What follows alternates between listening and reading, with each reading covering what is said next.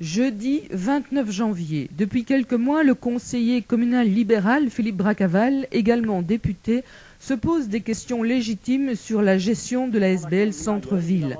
Las de n'avoir aucune réponse au niveau communal, il monte à Namur et demande au ministre d'intervenir. En vain, celui-ci lui répondra que ce n'est pas de son ressort. Oui, il botte en touche comme d'habitude, il dit que la commune aurait dû. Pourtant, j'ai interpellé la commune. Donc, le raisonnement ne tient pas. Quelqu'un devra un jour prendre ses responsabilités. Et à force de ne pas prendre ses responsabilités, il y en a qui croient que tout est permis. Et c'est ce qui s'est fait à Moucron. Heureusement, depuis peu, des éléments nouveaux sont venus donner raison aux députés. La SBL en question, gestion du centre-ville, aurait vendu un bâtiment communal au club de foot pour le compte de la ville.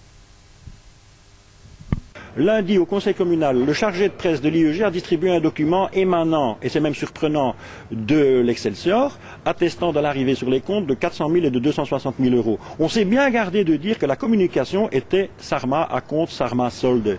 Évidemment, on peut tromper beaucoup de gens. C'est facile de dire on a reçu de l'argent de monsieur Dufermont, sans ajouter que la mention était Sarma. Donc quand on reçoit de l'argent qui ne nous est pas destiné, en principe on le reverse.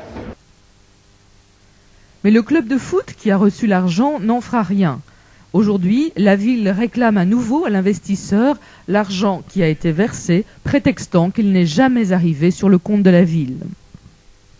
Autre élément troublant, l'existence d'une attestation qui est en double exemplaire, portant des signatures différentes de deux hauts fonctionnaires communaux, dressés à la même date pour le même objet, et qui dit en substance que compromis vos ventes, et que Philippe Dufermont interprète comme une vente réelle.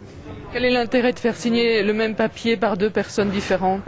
Ça, c'est une excellente question. Je suppose qu'on avait des idées derrière la tête et pour éventuellement noyer le poisson quand la situation deviendrait ce qu'elle est aujourd'hui.